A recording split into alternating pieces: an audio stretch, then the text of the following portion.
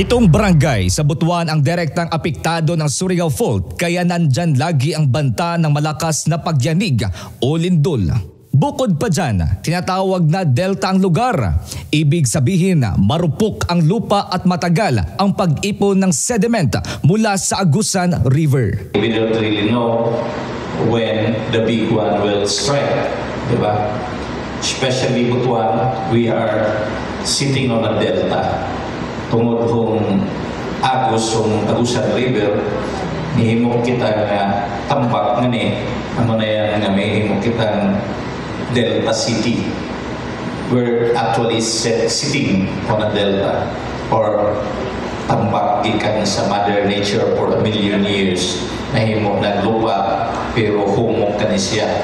Inilunsad ng DOST FIVOLCS ang isang proyekto na layong bigyang kaalaman ang mga residente at gamitin ang agham para mapanatiling ligtas ang mga tahanan at istruktura laban sa panganib na dulot ng lindol.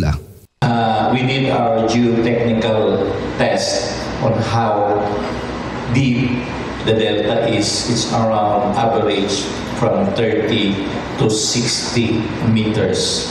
We need to design our buildings, although it will entail cost. Mostly, gani ang atong design is like a floating structure or ato na lang eliminate para na siya para ko nagalutaw-lutaw.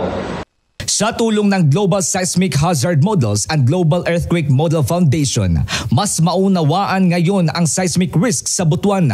Kasama sa programa ang pamamahagi ng polyetos na nakasaad kung paano mapanatiling matibay at ligtas ang mga tahanan at kung ano ang gagawin pag may lindol. Clint Jimmer Obidensya, umaarangkada sa pagbabalita.